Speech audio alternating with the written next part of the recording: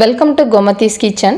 நம்ம இன்னைக்கு பார்க்க போகிறது மதிய லஞ்சுக்கு சாப்பிட்ற மாதிரியான குழம்பு வெரைட்டி, அதாவது செட்டிநாடு ஸ்பெஷல் கத்திரிக்காய் கெட்டி குழம்பு எப்படி செய்யலாம் அப்படிங்கிறது தான் பார்க்க போகிறோம். இந்த கத்திரிக்காய் கெட்டி குழம்பு நம்ம இன்றைக்கி குக்கரில் செய்கிறப்ப ஒரு 15லேருந்து 20 நிமிஷத்தில் செஞ்சு முடிச்சிடலாம். டேஸ்ட்டும் பார்த்திங்கன்னா ரொம்ப சூப்பராக இருக்கும். குக்கரில் இந்த மாதிரி நல்லா உடையாமல் கத்திரிக்காய் பாருங்கள் என்ன அளவுக்கு சாஃப்டாக இருக்குது அப்படிங்கிறது. இந்த கத்திரிக்காய் கெட்டி குழம்போட நீங்கள் வத்தல், வடகம், அப்பளம் இதோடலாம் வச்சு சாப்பிட்றப்ப ரொம்ப சூப்பராக இருக்கும். கோமதிஸ் கிச்சனை சப்ஸ்கிரைப் பண்ணாதவங்க சப்ஸ்கிரைப் பட்டனை ப்ரெஸ் பண்ணுங்கள். உடனுக்குடனே அப்டேட் வேணும்னா பக்கத்தில் இருக்க பெல் பட்டனை மறக்காமல் ப்ரெஸ் பண்ணிக்கோங்க.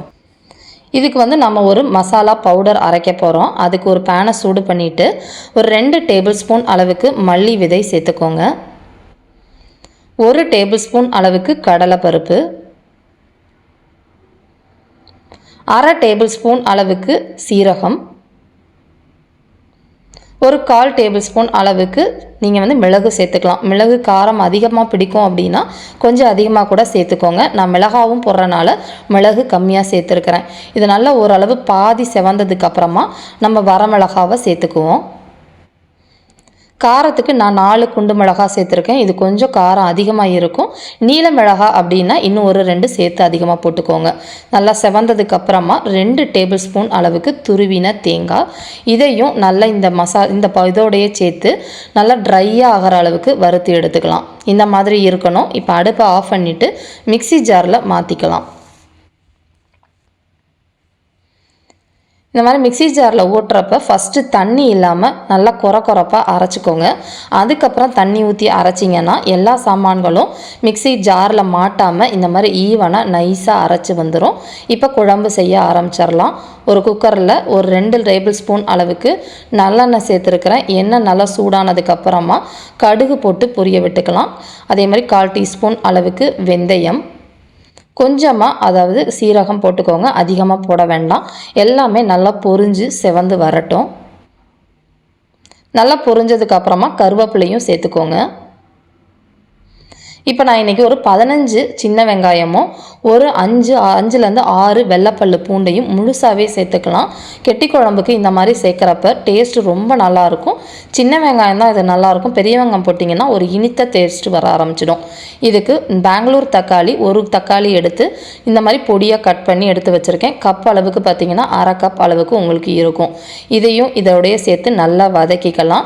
இதோட கொஞ்சம் உப்பு போட்டு வதக்கணும் அப்படின்னா ரொம்ப சீக்கிரமாக நம்மளோட தக்காளி வெங்காயம் வதங்கிடும். அதுக்காக ஒரு 3/4 டேபிள் ஸ்பூன் அளவுக்கு இந்த குழம்புக்கு தேவையான பாதி உப்பு இப்போ சேர்த்துருக்கிறேன். இது போட்டு வதக்கிறப்ப பார்த்திங்கன்னா நம்மளோட தக்காளி நல்லா வதங்கி குழைவாக வந்துடும். இப்போ பார்த்தீங்கன்னா இது வதங்கிக்கிட்டு இருக்கப்போ கத்திரிக்காவை நான் ஒரு 5 கத்திரிக்காய் இந்த மாதிரி நல்லா முழுசாக இப்படி கட் பண்ணி எடுத்து வச்சு பாருங்கள். உள்ளே எதுவும் பூச்சி இருந்துச்சு அப்படின்னா தூக்கி போட்டுருங்க. இல்லாததான் இந்த மாதிரி நல்லா கட் பண்ணி தண்ணிக்குள்ளே போட்டு வச்சுக்கிட்டோம் அப்படின்னா கருத்துடாது. இன்னும் கொஞ்சம் தக்காளி நமக்கு இந்த மாதிரி நல்லா தொக்கு மாதிரி வதங்கி வரணும். இந்த மாதிரி வந்ததுக்கு அப்புறமா நம்ம கத்திரிக்காவை சேர்த்துக்கலாம். கத்திரிக்காய் பார்த்திங்கன்னா இந்த எண்ணெயிலேயே இந்த கலரில் இருக்கிற கத்திரிக்காய் நல்லா வெளிர் கலராக நமக்கு மாறி ஒரு 1/4 இதிலேயே வெந்துடும். அந்த அளவுக்கு இந்த எண்ணெயிலேயே வதக்கணும் அப்படின்னா தான் இந்த கெட்டி குழம்போட டேஸ்ட்டு ரொம்ப சூப்பராக இருக்கும். இப்படி தான் அந்த கல்யாண வீடுங்களெல்லாம் செய்வாங்க. அதே டேஸ்ட்லேயே இருக்கும். நீங்கள் செஞ்சு பாருங்கள். இப்போ புளி பார்த்திங்கன்னா ஒரு சின்ன எலும்பிச்சம்பழம் அளவுக்கு புளி எடுத்து தண்ணியில் ஒரு 1/2 கப் அளவுக்கு தண்ணி மட்டும் ஊற்றி நல்லா கரைச்சி எடுத்து வச்சு வடிகட்டி வச்சுக்கலாம். இப்போ பார்த்தீங்கன்னா கத்திரிக்காய் நல்லா வெந்துக்கிட்டு இருக்கு. மீடியம் தீயிலே வதக்குங்க. ரொம்ப ஹை தீயில் வதக்கிங்கன்னா ஒரு மாதிரி சுட்ட மாதிரி ஆகிடும் நம்மளோட கத்திரிக்காய். பார்த்தீங்கன்னா கத்திரிக்காய் ஓரளவு நல்ல கலர் மாதிரி இந்த மாதிரி வெளிர் கலராக வந்துருச்சு. இந்த சமயத்தில் நம்ம அரைச்சி வச்சுருக்கிற விழுது இருக்கு இல்லையா, மசாலா பவுடர் விழுது, அதையும் இதில் சேர்த்துக்கலாம். ரொம்ப தண்ணி ஊற்றிடக்கூடாது. கெட்டி குழம்பை பொறுத்த வரைக்கும் அதிகமாக ஊற்றணும் அப்படின்னா சாம்பார் மாதிரி இருக்கக்கூடாது, கெட்டியாக தான் இருக்கணும் இந்த குழம்பு. இந்த மசாலா ஃபஸ்ட்டு போட்டுட்டு இந்த கத்திரிக்காய் அதுலேயே கொஞ்சம் வேகணும். கொஞ்சம் மஞ்சத்தூளும் இதில் சேர்த்துக்கலாம். நல்லா கலந்துட்டு எண்ணெய் பிரிஞ்சு மசாலா வரணும். அந்த மசாலாலேயே நம்ம கத்திரிக்காயும் கொஞ்சம் நேரம் வேகணும். இப்போ பாதி உப்பு ஆல்ரெடி நம்ம சேர்த்துருக்கோம். மீதி உப்பு 1/2 டேபிள் ஸ்பூன் அளவுக்கு கல் உப்பு இப்போ சேர்த்துருக்கிறேன். சேர்த்துட்டு கொஞ்சம் நேரம் மூடி வைப்போம். அதாவது ஒரு 3லேருந்து 4 நிமிஷம் இந்த மாதிரி மூடி வச்சு வேக வச்சிங்கன்னா நம்ம கத்திரிக்காயில் நல்லா வந்து அந்த மசாலாவும் ஏறிக்கும், நம்மளோட பச்சை வாசனையும் போயிடும். அதுக்கப்புறமா தான் நம்ம புளி ஊற்றணும். புளி முன்னாடியே ஊற்றுனீங்கன்னா நம்ம கத்திரிக்காய் அவ்வளோ சீக்கிரம் வேகாது.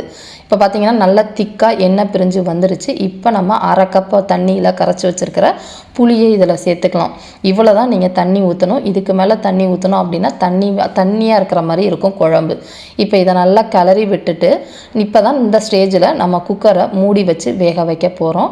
ரொம்ப நேரம் வெந்துச்சு அப்படின்னா நம்மளோட கத்திரிக்காய் வந்து உடஞ்சி வந்துடும். இப்போ வந்து குக்கரை நம்ம மூடி வச்சு மூடிடலாம். ப்ரெஷர்னு கொஞ்சம் கருவேப்பிலை, பச்சை கருவேப்பிலை போட்டு நம்ம வந்து தூவிக்கிட்டோம் அப்படின்னா அதோட வாசனை ரொம்ப நல்லாயிருக்கும். ப்ரெஷர் வச்சு எந்த ஒரு குக்கராக இருந்தாலும் ஒரு விசில் நீங்கள் வச்சா போதும். ஒரு விசிலுக்கு மேலே வச்சிங்கன்னா கத்திரிக்காய் நல்லா கரைஞ்சி போயிடும். ஒரு விசில் வச்சோடனே ஆஃப் பண்ணிடலாம். ஆஃப் பண்ணதுக்கப்புறமா நீங்கள் சிம்லேயோ எதுலேயோ வைக்க வேணாம். ப்ரெஷர் கண்ட்ரோல் ஆனோடனே நீங்கள் வந்து வெயிட்டை ரிலீஸ் பண்ணிடணும். அப்படி இல்லைன்னா நம்மளோட கத்திரிக்காய் குழஞ்சி போயிடும். இப்போ பார்த்தீங்கன்னா ஒரு விசில் வந்து ப்ரெஷர் வந்து நல்லா கண்ட்ரோல் ஆகிடுச்சு. இப்போ ஓப்பன் பண்ணி பார்த்துடலாம். பாருங்கள், கத்திரிக்காயிலேருந்து நல்ல குழம்புலேருந்து எண்ணெய் பிரிஞ்சு கத்திரிக்காயும் நல்லா வெந்து இந்த மாதிரி இருக்கும். இந்த மாதிரி ஒரு விசில் வச்சா மட்டும்தான் உங்களுக்கு இருக்கும். கருவேப்பிலை தூவி இறக்கிடலாம். இதுக்கு கொத்தமல்லி தழை போட மாட்டாங்க. கத்திரிக்காயும் பாருங்கள் அப்படியே உடையாமல் அவ்வளோ அழகாக வெந்து இந்த மாதிரி இருக்கணும். ரொம்ப முத்தின கத்திரிக்காய் இல்லாமல் இளம் கத்திரிக்காய், சின்ன கத்திரிக்காய் எடுத்திங்கன்னா டேஸ்ட்டு சூப்பராக இருக்கும். குழம்பும் இந்த தன்மையில் இருக்கப்போ ஆஃப் பண்ணி ஆறுனதுக்கப்புறம் உங்களுக்கு நல்லா கெட்டி பட்டுரும். நம்மளோட கத்திரிக்காய் செட்டிநாடு ஸ்பெஷல் கெட்டி குழம்பு தயாராகிடுச்சு. பார்த்துட்டு எப்படி இருக்குது அப்படிங்கிறத கமெண்ட் பண்ணுங்கள். வீடியோ பிடிச்சிருந்துச்சுன்னா லைக் பண்ணுங்கள், ஷேர் பண்ணுங்கள். மறக்காமல் சேனலை சப்ஸ்கிரைப் பண்ணி வச்சுக்கோங்க. தேங்க்ஸ் ஃபார் வாட்சிங்.